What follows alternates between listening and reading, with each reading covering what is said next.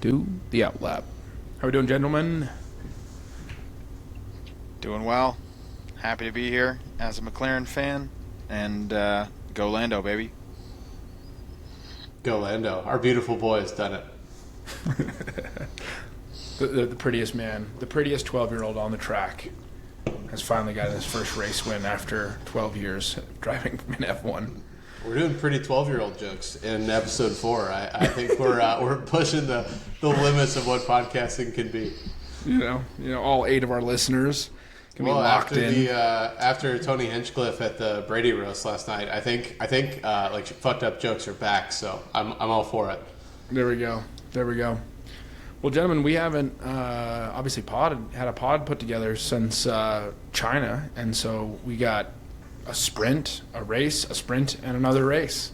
So, what do we think of China? I thought China was great. It looks like a really fun track. Last time we tried to record, about 5 minutes ago, Nick mentioned turns 1 and 2. Turns 1 and 2 are awesome. They really present like a unique part of F1 that we don't get to see, and that's overtaking in slow corners and drivers being able to take different lines through a corner and find success no matter what the tire conditions or the weather is doing. It's great. I love that kind of racing. I miss that kind of racing. It happens a lot in other series, but not a ton in F1, and when it does, it's super exciting in those cars.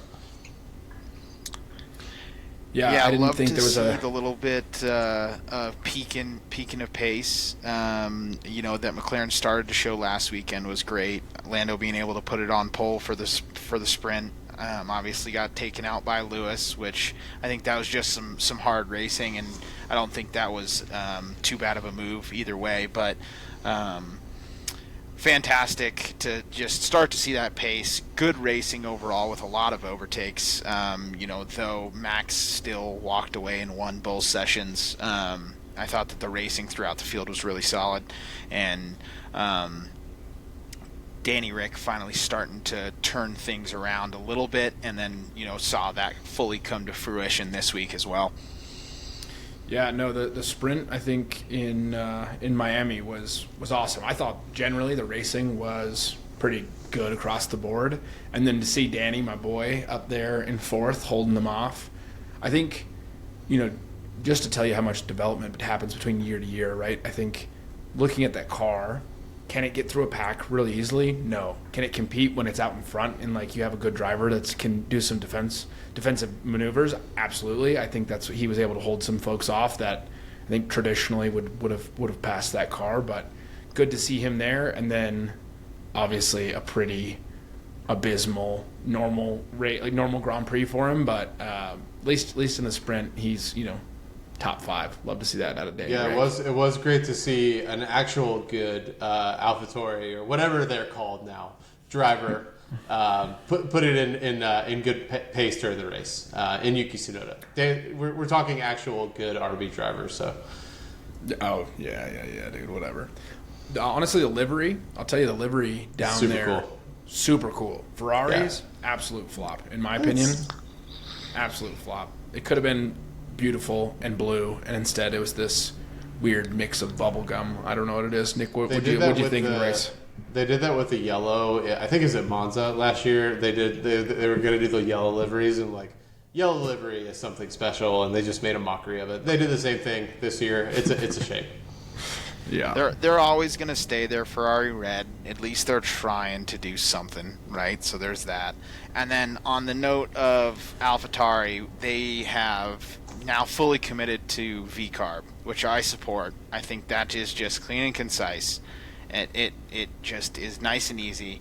And, to a point, they are a little bit soulless this year as a whole, but I think that kind of argument goes out the window if they would have launched with this livery. They would have stood out. They would have, had an identity that they're going to be the team on the grid doing things differently and getting a little wild with it. So, I love the livery. Good to see Danny Rick up there in P4 in the sprint. Probably the most points he's going to get all season. It gave me a little bit of hope that maybe he's not washed, but there's a lot of other data pointing in the other direction. Still, he's still got to put his money where his mouth is. And then You got to give Ferrari credit where it's due, though. Though the livery was a flop, the gear was wet. The gear was like the driver suits and every bit of stuff that they released for this weekend that the people were wearing was very nice.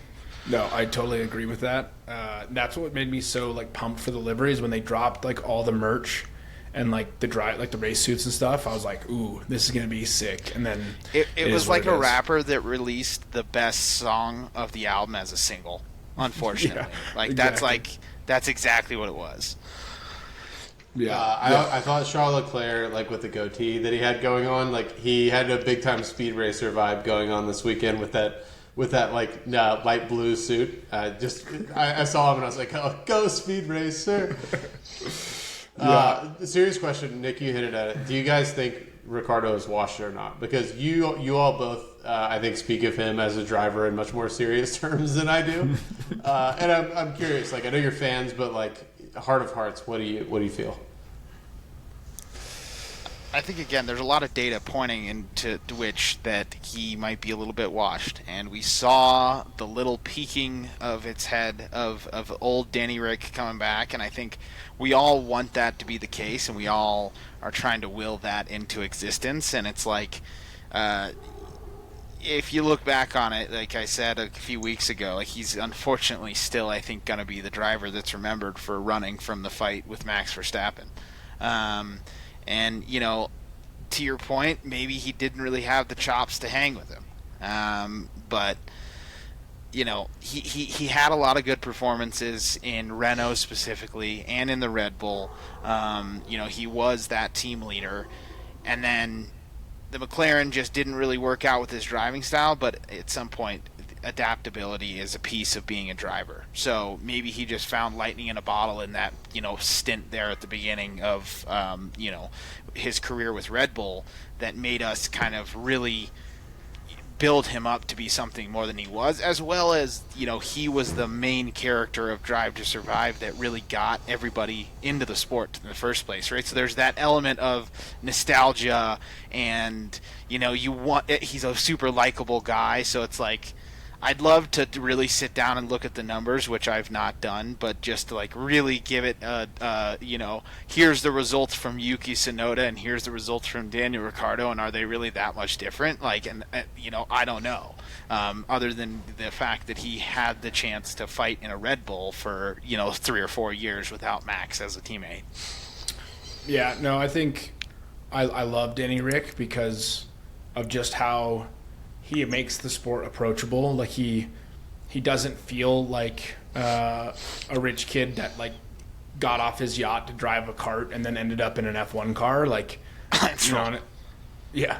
Well, again, it's that, but it's it just doesn't seem like he has the same kind of bunch of young buddies that all drove in karting together and kind of came together. It's he's just a good dude seemingly, and at least he. Either that or he's got a really good PR team, but I just think that he's a good guy, and honestly, he's a good brand. So, do I think he's washed? In my heart of hearts, I have to say yes. Thank you. But I hope he, finds a seat somewhere in some racing series. It might not be an F1, but I hope he finds a racing series. You read my mind. Indy Car is officially sick of Romain Grosjean. Marshall Ericsson is the darling right now. He's racing great, but we do need another smiling, handsome F1 driver to come over and boost the ratings a little bit.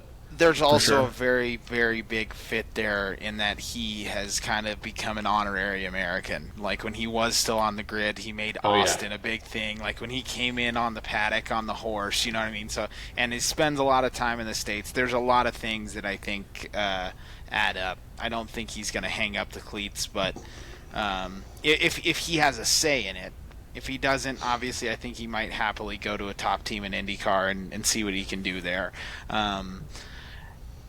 I did want to just touch on, some of the rumors around driver seats. How bad is Logan Sargent? He just continues to amaze me with how bad he is. The one time he gets even close to wheel-to-wheel racing, he just forgets that Kevin Magnussen's there and forgets that he's in a wheel-to-wheel battle, closes the door on him, gets taken out, goes careening into the wall. Hey, it worked well for my guy Lando, so it's thank you to Williams and our boy Logan Sargent for that safety car, and that is what really won Lando the race, or at least gave him the chance to win. I think the pace is what really won it. To be fair, I think that was what impressed me the most about that, was that someone actually beat a Red Bull driven by Max Verstappen on track, on merit. You know what I mean? No anything else involved there.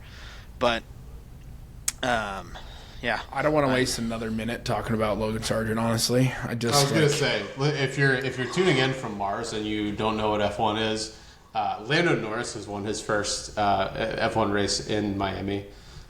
Really great win. He essentially bet on it took a 1 in 100 strategy bet and it hit.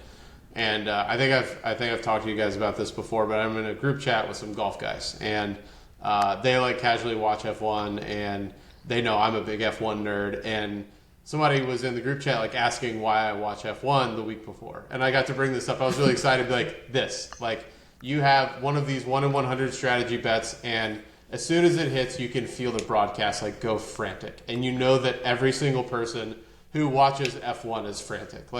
I'm in, we had just gotten back from a brewery with Rachel and I. I was like, Rachel, and called her in the room to say hey, this is it. If he doesn't fuck it up, he wins. And it was beautiful, and he got it done. And it was a blast to watch, one of the most enjoyable F1 races to watch in memory. And it wasn't just because of that. A lot of other good racing stuff as well.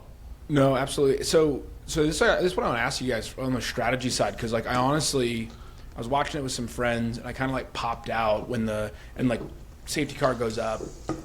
All of a sudden, it's he's in the pit, he's coming out ahead of the safety car. He gets what do you think was it luck, or what happened there? Talk to me. So honestly, I just saw it and I was like, what's going on here? So first, I know that the tire deg was a little bit higher than they were thinking. They were losing some laps, but cars were coming into the tires. So I think the first the first element of it that allowed it to happen at all is Max going for the undercut. Max going in first allowed that and allowed them to see what the tires were doing, and then coming in, and then the safety car hitting. Yes, that's luck, because Red Bull essentially they forced McLaren's hand. They were going to have to stay out long if they were going to have a chance to win, and then the safety car hit. Which, I mean, Nick, he was probably coming in the next lap or the lap after that. I mean, it was time. It definitely was time. And then the other piece, too, that you see a lot of teams do is differing the strategy between cars. So they pitted Piastri as earlier as the car that was further up the road at the time, leaving Lando, to run later and hope for that safety car, and it just ended up working out. And so definitely a huge element of luck. The way that he came out in front of the safety car was just an error by the safety car driver, because Burt Mylander picked up the wrong guy. I mean, you can't blame him for accidentally picking up and just assuming Max Verstappen's leading the race. But either way, Lando would have filtered out in front of Max, because he was close enough, and then you lose so much less time being able to pit under a safety car. And for folks that don't know, the reason why that is because everyone on track is driving slower, whereas you're limited anyway in the speed of that you're going in the pit lane. So in relative terms, everyone else is driving slower when you're having to drive in the pit lane at a certain set speed that is slower than racing. So means for less time loss, means for Lando going up the field. But, in terms of, hopefulness that the rest of this season could be really good, Lando won that and walked away from Max, which, like I said, you haven't seen a Red Bull getting walked away from in the hands of Max Verstappen in a very, very long time. So let's before we get too far down that track, there's two things I want to talk about. I think the upgrades is interesting. Yeah. I'd love to have you unpack some of that, Nick. But before we get there, I want to talk about K-Mag being a super gremlin and just doing crazy Haas things in the back of the pack. Also, how about Checo on that start? Just almost like torpedoing like 3 cars and Max. I thought that was the craziest thing. I don't know if he made a comment on it, but I think he got so like focused on the papaya, like getting squeezed into corner 1, he just completely missed the braking zone and just sent it. But K-Mag, that guy acting a fool out there. I enjoyed it. Like, yeah, he's an idiot. Like in terms of driving standards for F1, that's over the line, right? But I kind of like some of that racing style. It reminds, like, it's not sporting, right? It's not sporting, but it reminds me of old school racing. A little wheel banging, like a little dirty. Like, racing's always been a little dirty. You try to get every advantage you can, and K-Mag's really fun. He's the guy, like, I think it was Scott McLaughlin, the Indy Car driver, was tweeting about this and was saying that, like, every series has a Kevin Magnussen, a guy who's, like, willing to step over the line and produce good racing that's still fair. So I thought it was fun, but yeah, like, maybe not to the driving standards of the series for sure. Yeah, he's on the verge of a race ban. If he gets X amount of, I don't know what it is. I think is that points on his license? Is that what it is? Yeah. So pretty much every penalty, depending on the severity, gives you like points against your super license. And then after however many points, it was Pierre Gasly that was like 3 or 4 seasons ago, was right on the cusp of getting a one race ban. And I think the amount of penalties that he has accrued over the past few weekends, because he did it as well in China for them to like snag a point or two. He was driving like a madman, and then he also did it in here. So I don't think they're going to be lenient to him. If he hits that threshold, he's getting a race ban. But as a driver, I would be extremely pissed. The way that he was driving me, if I'm in Lewis's seat. But Right. I also understand why he's doing it. I understand the thought process and sacrificing his race for his teammate.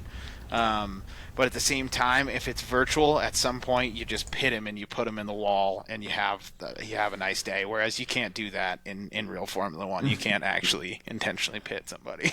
Yeah, but a little bit dangerous in the real world. A little bit dangerous in the real world. Okay, so let's talk McLaren upgrades. So I think I was excited after hearing them talk about the upgrades that were all on Lando's car. I was excited to see how it all shook out. Obviously, he gets pretty much pit maneuvered in the sprint, so we don't see it come to fruition there. To start off, so on the upgrades note, it's damn near a whole new car. Pretty much every bit of it is touched. So, like, there isn't really much stone left unturned. Probably the biggest single upgrade we've seen from any team all season, to start off there. The one piece I wanted to talk about was the sprint, and sprint qualifying 1, sprint qualifying 2, both are mandated on the mediums, and Lando was looking like an absolute fucking rocket ship. And he was setting the pace, and Max was not even close. So, unfortunately, SQ3 is then mandated on the softs. He made a little error in his prep lap and didn't quite get the tires in the right window and ended up being a little bit lower down on the field. Ends up getting taken out anyway, so it didn't matter. But that was the first flash where I was like, oh shit, those upgrades might be real. Like, it's not all smoke and mirrors. Like, that was some proper pace. And the lap that Lando put down on the mediums was actually fast enough to have pole for the sprint, to put that in perspective, that was the first alarm bell that I was like, maybe we got a race. And then, unfortunately, it didn't pan out in the sprint race, but Oscar looked strong, and he only had 50% of the upgrades. And then leading into, regular qualifying, I think that they weren't quite able to replicate that lightning in the bottle that they found in the first few sprint quali sessions, but they were definitely, like, right there or thereabouts. With Oscar actually out qualifying. Oscar got Lando on the start, but was right there with only half the upgrades as well. So I'm I don't know impressed if by anyone had any Piastri. like little tidbits about the upgrades themselves. I didn't follow it too close because it was such a big upgrade that I didn't really hear and too many of the specifics. No, impressed with Piastri, but I think like if you want to know what was upgraded after the restart and they hit that corner leading down the straight, and all of a sudden you see a McLaren like fly, and you look and it's like lap one we got 900ths of a second. All of a sudden it's like 1.1. Max is out of DRS range and he keeps going. Now it'll be interesting. Max said he picked up some damage when he hit that cone, some other things. It'll be interesting to see like fresh car, like if there's something wrong, if there was something wrong with Max's. But I think generally, man, like if this is what McLaren has to offer, like Ferrari should be scared. And then I hope we get something weird with Max, and we can start to get like kind of whiny Max back on the radio, complaining about things, while another driver tears him down. He's already complaining about things. I was going to say, you act like he's not always been whiny Max, regardless of if he's winning a race or not. No, I think it's. I'm interested to see if the upgrades stick. I'm not totally sure. They obviously look really good. I also think on the restart, Lando did a really great job of getting a start in a fast corner. They were going slow, but getting a start in a fast corner when they were essentially nose to tail and didn't give Verstappen any time to like time his launch moving forward. So we got a great jump because of that. But also, like, I think my biggest takeaway from Miami as a whole, other than like this is a terrible track, we should get rid of it, is that it's a very tricky track, and like you saw the cream of drivers rise to the top throughout the race. So Lewis, who was on track for for all things before that race, he was going to have a really shitty weekend. Maybe points would be nice. Ended up having a nice little drive, right? But it was also weird where like Max was struggling a little bit. It could have been with the damage, but there were some guys like Sainz that were kind of having trouble getting moves done. It's just a quirky little track with a lot of bumps and things like that unsettle the car. So I'm not totally sure that like this will be indicative of what the upgrade looks like. Now it's Emilia Romagna next week.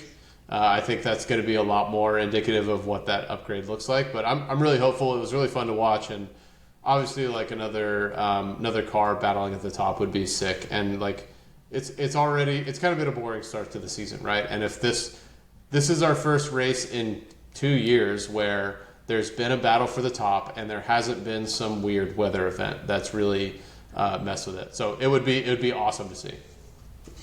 Yeah, so in terms of like the fact that I'm hopeful that this could be indicative of their pace going forward is two things.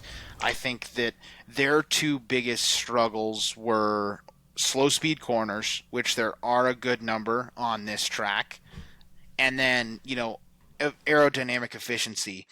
Right, like even the few times last year that Lando was able to get in the lead, Max got in DRS and just frickin' walked by him. And so that was what was really good to see on a track like this, where if when I think of what is the really like the strengths of the Red Bull up to this point, it's that straight line speed, it's that like overall platform stability, and they know that they're going to be quick through the high and the low speed. They might not be the quickest, but they're going to be very much up there in all three. And so the fact that in the slipstream, he wasn't getting just tracked down, and watching the way that Oscar was able to overtake the Ferraris early in the race as well, right? I think that's the one thing. The other thing is they just had a brand new wind tunnel that this was developed in, and this is kind of the first big bit of upgrades that they're actually throwing on the car that was developed in the new wind tunnel.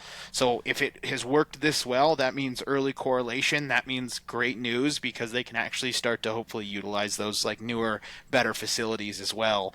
That's always the biggest thing after you give a new wind tunnel, is you got to get it to correlate to real life, and the fact that this was a massive upgrade that actually worked in any capacity is a great sign. So, just excited that I have held out as a McLaren fan all this time, and it's finally coming around. My boy Lando got his first win, um, you know, and they've been the closest challenger to Red Bull, I think, over the past 8 months or so. Pretty much since that big upgrade in Austria last year, it feels like they've been the one to really take the fight to Red Bull, and no other team other than Ferrari has really been close. But maybe McLaren has the chops to really throw a few punches back. No, it'd be cool to see them. I think go for it. I think especially with the young drivers, and honestly, what Zach's been able to do over there, and the sponsors and the money and the talent and all the things, man. I'm happy to see him kind of like I would say grow into the role, grow into the top three, and hopefully make a run at the top two. So, Trav, you mentioned it. You don't like the Miami track. You don't like the Miami circuit. Miami, the land of the hustler, right? I think that's, if you look at the history of Miami, it's just built off the back of hustlers and a few scammers. So let's talk about a few scams at the racetrack that were going crazy. Did you guys see any of the food price lists? Oh yeah. Yeah, that Guys. one was ridiculous. Unbelievable. So I'm headed down this year to the Mexico City Grand Prix in October. Nick, you're headed to Silverstone. I'm interested to see what the prices are. I know it'll be inflated. They always are at events. But, like, this is ridiculous. I'm just going to read a few off for some listeners. A watermelon and tomatillo salad, $250. A yellowfin tuna poke, $350. A steamed bun, so that's barbecue, Korean barbecue, pickled vegetables, spicy mayo, and chips, $300.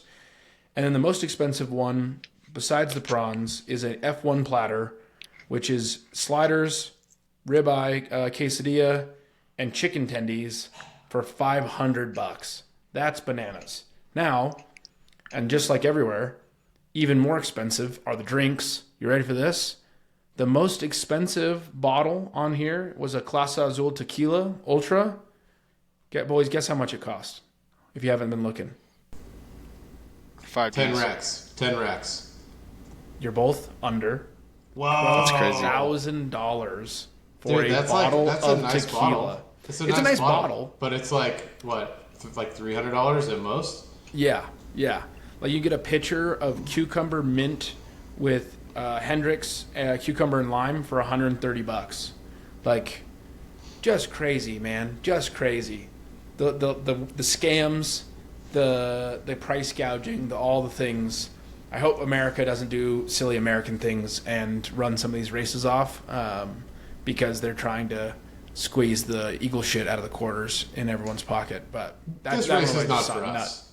This one's not for us, right? This is not a race for the people. This is a race for the people who go to Miami and rent yachts and flex for a weekend, right? Like it's everything that's wrong with racing nowadays. Like just trying to squeeze in circuits wherever they can in big cities. I understand that's where the people are, but it's not good. It's just so corny. Like the grid is the corniest grid that you're gonna see, right? Like Camila Cabello making TikToks and shit like that. Like you go to Silverstone, you see like fucking Seal and like really classy people that are like oh yeah, like I know everything about every driver in the championship and are rattling off to Brundle, where like the influencers are kind of doing their thing in Miami. So yeah, no, not the biggest fan. The fake water, honestly, is what sunk my ship for the Miami Grand Prix. So anyways, all right, back to more serious conversation. Guys, Adrian Newey. Dun dun dun. Yeah, I said it. I said it before, but there's not smoke without fire. I think there was too much coming out. That was a possibility that someone was going to go, right. Whether it be Marco, whether it be Newey, whether it be Max, whether it be Horner, there was too much smoke without fire somewhere. And honestly, I think that this is Newey just going, I'm done with the bullshit power struggle that this has turned into since Matashit's died. I've won you enough championships, and he was able to negotiate his way out to where, early next year he's able to, start working again. I think he's like, I'm out of here. I want to go check check a few more boxes. It sounds like this was in conversation for a while, and I think that if like hot take, I think that Newey probably wanted to get out earlier, but was contractually obligated, and they kind of made him stay. Because I read some articles talking about how they couldn't make him stay, so that just gets the wheels turning. Of like, this might have been something where he wanted to leave earlier. The contract said he couldn't, and he was able to negotiate his way out. Yeah, for sure. Yeah, for sure. Ferrari or McLaren. I think Ferrari's the spot. I think he'll want to work with Hamilton and see where they can get going there. But generally, interesting stuff there. Speaking Ferrari of, as well. Ferrari as well. Before we move on, go. We're back. There you go. He's back. So speaking of, what's interesting, right? So Sainz, I think he's been driving the shit out of the Ferrari. Honestly, I think he's been doing great. He obviously is down in the driver standings after an appendicitis, and we got Ollie Behrman that jumped in and all this stuff. Leclerc is out qualifying the last 2 races, I think. Leclerc's been driving the shit out of it. It's been fun Leclerc to watch. seemed to really turn it on as well. Either way, Ferrari's looking impressive. I thought it was interesting during the race that Sainz was like, I think I have the pace. I was talking to some of my friends that were like, we were sitting there all like looking at it. I was like, do you think they would ever make that call and let him pass? And I just don't I don't think they would. Now, if they're going from not when they're on strategies that are the same. If it's different strategies, I can see it happening. But I think they're going to ride with their boy. Yeah, probably. And the way I was explaining it, so guys, Carlos Sainz is out, leaving, or I guess kind of forced out of Ferrari at the end of the year. Doesn't have a seat figured out just yet. And so what I was explaining it as is like the retiring quarterback, like on his way out, and the rookie quarterback, like you're never going to, have the backup retiree come in and try to win a game. Like there's probably a better analogy in there, but it was one of those things like they're going to ride with their guy forever who's got the contract, and they're going to make Sainz eat shit, I think, if he has to, just so that they don't. Because can you imagine as like a manager, as a team principal, your outgoing driver ranks higher on the driver standings than your current contracted driver? I think that'd be a black eye for the team there. I'm calling it. I think it's going to happen. I do too. I think Sainz has convinced me he's a better driver than Leclerc. And not that Leclerc's not good. I think Sainz is just more consistent. And Leclerc's going to do some dumb shit every once in a while. You don't really see our guy Carlo doing that a whole lot. So, well, I mean, this weekend, spinning the car in the first and only practice session, which then led him to, have his first real running being sprint qualifying. So, that illustrates that point perfectly. And kind of what I talked about earlier in the season as well was exactly that. Carlos is more consistent at a pretty high level, whereas Charles has bigger peaks and also bigger valleys. You don't see Carlos making those big errors unless it's a car issue over the time that we've seen him in his career, not just at Ferrari. But like in the driver market, I heard that he had some connections with Audi. That Audi ends up signing Nico Hülkenberg, but apparently they've rescinded the offer that they had on the table for Carlos Sainz because I think he's holding out hope to be able to drive for Red Bull. Ultimately, he's trying to stay as far up on the grid as he can. So I think he was holding on to the Audi stuff as a backup just in case if he had to. And then at this point, you've made him wait too long, and Audi is now like, all right, we don't want you anymore. Because they signed up their own guy who's German and going to be, kind of the face of that brand and be their guy. They understand that it's going to be a little bit more of a longer path to success to be able to draw in a guy that's is at the level of Carlos Sainz. So it's kind of a double-edged sword there. I'm happy to not see Carlos Sainz going to Sauber/Audi because he deserves a better car than that. The one thing, though, in the driver market why I brought up Logan Sargent is there's rumors that Logan Sargent's going to get booted mid-season, and they're going to maybe promote your guy Antonelli, Trav, into Williams. That'd be sick. What? So I haven't heard that, and I've been keeping tabs. Oh yeah. So this was like a rumor I heard that there was like he already has some FP1s lined up and stuff like that, but with how bad Logan Sargent's been doing, there was like a request for information or something like that. They requested something for Kimi's super license, and he already has a super license and is qualified for it. And I just think that Toto is going to do everything he can to get this kid in a Formula One car. And James Vowles is probably like, shit, is this kid really going to be that much worse than what the fuck Logan Sargent's giving me? Because, like I said, the one time he had a chance to go wheel-to-wheel racing this weekend, he forgets that it's a switchback and there's probably a car on the inside when you're completing a move, and just gets careened into the wall. And they already have issues with, chassis, which... On that same note, Max Verstappen being a savage in the driver's room saying, hey, at least they have a spare chassis now. I thought that was hilarious. But I thought that was an interesting He also had a great quote when, after the race, when somebody asked him a dumbass question. It was like, hey, Max, like, if that safety car wouldn't have happened, do you think you could have won? And he's like, well, if my mom had balls, she'd be my dad. Yeah, it was just like the perfect Max quote, man. So good. Oh yeah. I think Carlos at Red Bull would be sick, man. I think. I don't think it's gonna happen. I think he deserves it. I don't think it's gonna happen. I think Sergio's doing well enough there. I think Sainz. If I'm a betting man, I put my line. He's going to Mercedes. I think he's going to go to Mercedes. I think he'll take that. And honestly, I think that puts George Russell at risk because George, I don't think, has been driving that well this year. Like, he's been okay. He's been okay. But I'm saying if you got a stud coming in, you get I would say right now Sainz is a more superior driver. You get a stud coming in with Antonelli coming through the Williams. Why not give the Sainz Russell rip 1 year and then whoever out qualifies who, like maybe freaking George is back in a Williams driving with his iPhone attached to the steering wheel or whatever the heck it was. Pop quiz. Who has more points in the F1 driver standings?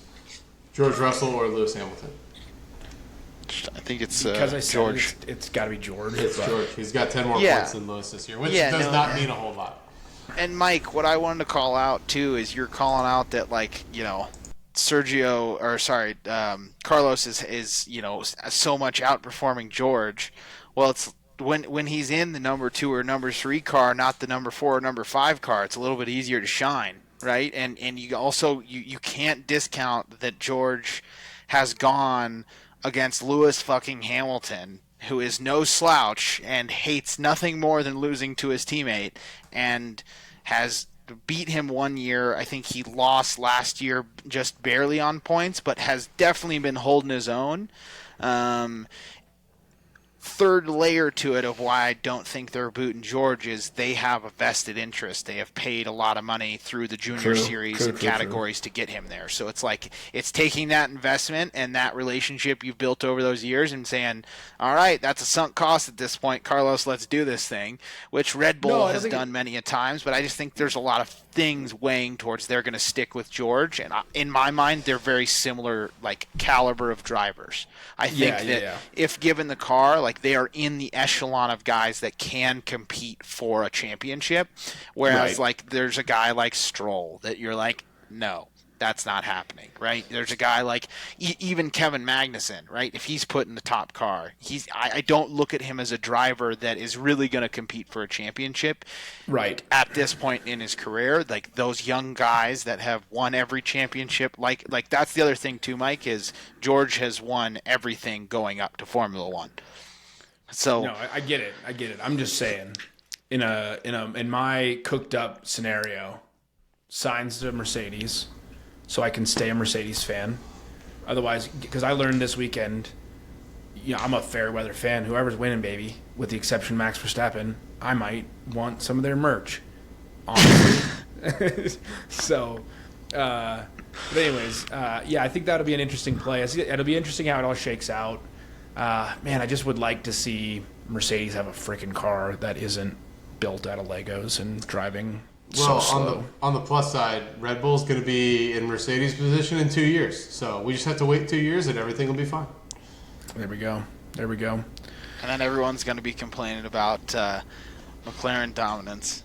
We'll have our time in the sun. I don't think I'd get sick of Lando dominating. That would be really nice. Yeah, I would love to hear the funny little Lando quips of him winning, but no, it was good to see that guy win. Honestly, I think there's so many people that have given him shit of being like no-win Lando for so long. So there's that, but the one thing I wanted to call out was like, did you guys just feel the happiness and the energy of everybody, the broadcast, the fans, every other team, just at a level you don't see when Max wins the race? You just don't see it, right? Well, because he's on win number fucking 100, and it would be a little bit, cocky and a middle finger to everybody if he's celebrating like that for winning his 6th race in a row, right? So there is that element, but and then on that same note, scrolling through Instagram today, the feed is just filled with Lando love, and like there's an element of, I'm sure the algorithm knows me, but it's just like, it's so great to see that, like, this is kind of what builds that little bit of hype around Formula One again. It does suck seeing Max win over and over, but like having a guy that is like Lando win, and again, it's like if Lance Stroll pulls something out of his ass and wins, the reaction is not the reaction we got after the race this week. Well, it's funny you say that, right? So one, like, Lando's a likable guy. I think he's a straight up racer, like always has been. And I think this is one of those things that, like, it's like the guy that goes to the World Series like 3 or 4 times and never wins, and then finally gets the dub, like as like the journeyman of sorts. That's not Lando. He's not the old guy yet, but it's like there's just so much more to celebrate when like a dude who's been deserving of a win, has the talent to win, finally gets it done. The other thing that I was talking to my friends about, as like you look at the guys in the winners room afterwards, and then you get like the Logan Sargents of the world, and like there seems to be like the in crowd and the out crowd among F1 drivers. It feels like there's like a group of guys that grew up together, that like raced together. They had the mentors of the Alonsos and the Lewis Hamiltons and the whatever, right? And then there's guys that like are the pay to play kind of guys that have gotten in kind of backdoor, and I don't think anyone will ever talk about it, but you can see it, right? Like if every time they pull up the photo of, Leclerc and Max Verstappen with their chubby cheeks and talking about it being just an incident, like you see it now, like there's adults in bigger cars, and there's a few guys that are like on the outs. And like, yeah, I think you heard it in the Sargent comments and the other stuff. Like there's just, it's funny to see. It's funny to see. You were talking the comp of Lando's win. Mike, I got one for you. Jordan Spieth's first PGA Tour win at the John Deere, where he holed out for the bunker shot. Like, yeah, everybody had seen him coming for a long time. It's a historic first win. He's still young, but he's up and coming for sure. It's exciting. Yeah. Outside of F1, Carlos Sainz Sr. out here getting a dub for Audi in the Dakar Rally. Sick. Very cool. The old man can still rip. Apparently it's just in the fam. What was that? Is like 4th or 5th Dakar? I think it's his 4th. It was really cool. I didn't get to watch any of it this year, but I watched a lot last year, and his son, like the F1 driver, was riding in the helicopter when he was doing the Baja section, just like following along in the desert. I thought that was really cool. Yeah, no. Dakar Rally, sick. Outside of F1, you guys, Mike, are we ready to move on to? Yeah. Okay. Are you guys aware of the Indy Car scandal that's happening right now? Now, give it to me. Yeah, I'm sure you are a little bit. I'm up to speed a bit. Okay. Like the one interview was so funny. The Newgarden interview? Yes. Yeah. So, all right, Mike. So, basically what's happening right now. So I think you got to lay the groundwork for IndyCar too. So the most important person in IndyCar by far is Roger Penske. He owns the IndyCar series. He owns Indianapolis Motor Speedway. Also owns the most successful team in IndyCar history in Penske Motorsport. And he's a really influential. I don't really like. There's not really a ton of other things like it in sports because single people don't really own sports anymore. But he does. He owns a series, and there was IndyCar, the separate entity that he owns, discovered that the push-to-pass system, which if you're not familiar, it is IndyCar's version of DRS. It's relatively the same thing except you control it. So they do it by over-revving the engine rather than changing the aero, but you can't use it on restarts. You can't use it on the first lap. And you have a button, you get a certain amount of time, and you get, I think it's like 20 extra revs in your engine that you can hit for any amount of time that you want. IndyCar discovered that the Penske cars had overridden the series rules around the system and had been using them illegally in races, mostly on restarts and on race starts. So Joseph Newgarden, who is the reigning Indy 500 champion, he was the worst offender. He did it a bunch of times, like a lot. And he's done it. He did it in St. Pete in Florida, and then he did it in the most recent race at Barber on restarts. Scott McLaughlin, who is one of everybody's favorite driver in the series, amazing dude, Kiwi. He did it once on a restart and then never did it again. And then Will Power, who is probably the series GOAT other than Scott Dixon, he didn't use it at all. So just to kind of recap real quick, I know this is a lot. Penske, that's crazy. Yeah, Penske owns IndyCar. He owns the Indy 500. He owns Indianapolis Motor Speedway, and his team is manipulating one of the core rules to give you an advantage in IndyCar. So just to pause real quick. So Yeah. you said it's kind of like DRS, but would you like in my mind it feels more like the overtake, like Totally. regen kind of like dump, right? Where it's like it feels like it dumps. You could get the power, and you're at the risk of running your engine hotter, revving it up, whatever. Yeah, But the we're reason talking I would about, say it's closer what, to 20, 30 horsepower more. Like, what are we thinking? Like, what's the? Yeah, Like, 20, I'm sure it's not like NOS. Guys like don't think this is like Fast and the Furious. They're hitting a button and like going like crazy. But in racing, where you're like, we're talking about tenths of seconds, you get 20 horsepower more than the next guy on a restart. That's crazy because then the gap opens up. That's absolutely bananas. That's it's bananas. crazy. It's nuts. I'm literally looking up this right now. It's like Chevy has hired law firm to investigate Team Penske. Like all this crazy stuff. And for those who don't know, all the buttons are mapped in all the softwares. All the revs and RPMs are mapped in software. And so historically, I got to think you'd be able to just build this case. So, yes.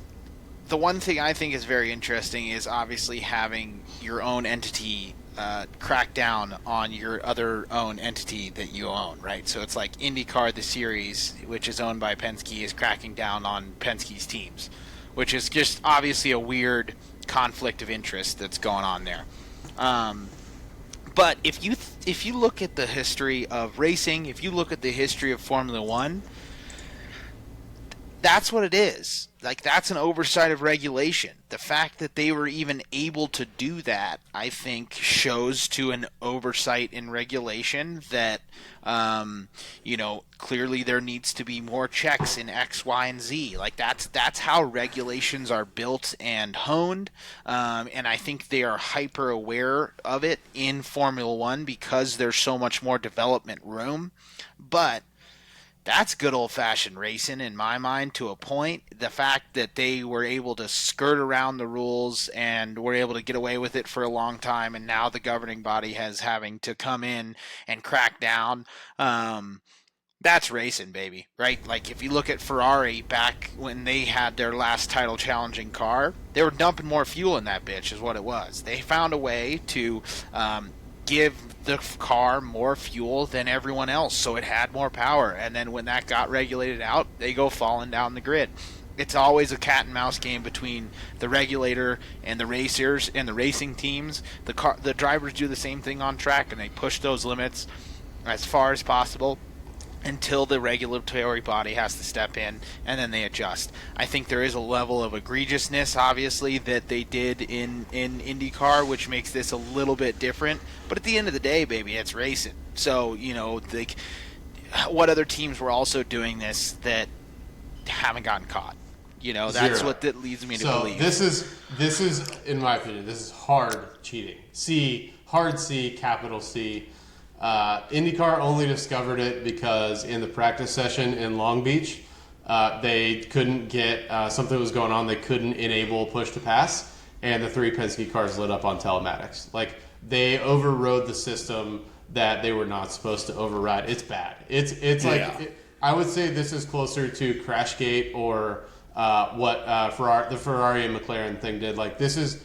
I agree with you. Like, I'm all for taking an advantage and engineering a way around something. This is like skirting the rules that exist. And I think the interviews were very clear with that. Like, that was kind of part two. Is Joseph Newgarden went on TV, and Mike, if you don't know Joseph Newgarden, he's like the broiest driver that you could ever find. He's like this American guy, like loves football, the Kentucky Derby, like for sure dips like. We played college baseball with this guy, right? Okay. And, I got the creative character. I got him. And he gave like one of the worst answers ever. It was super political. He was like, I just slipped my mind. He basically said he was dumb. He's like, oh yeah, I'm too dumb to remember the rules, whatever.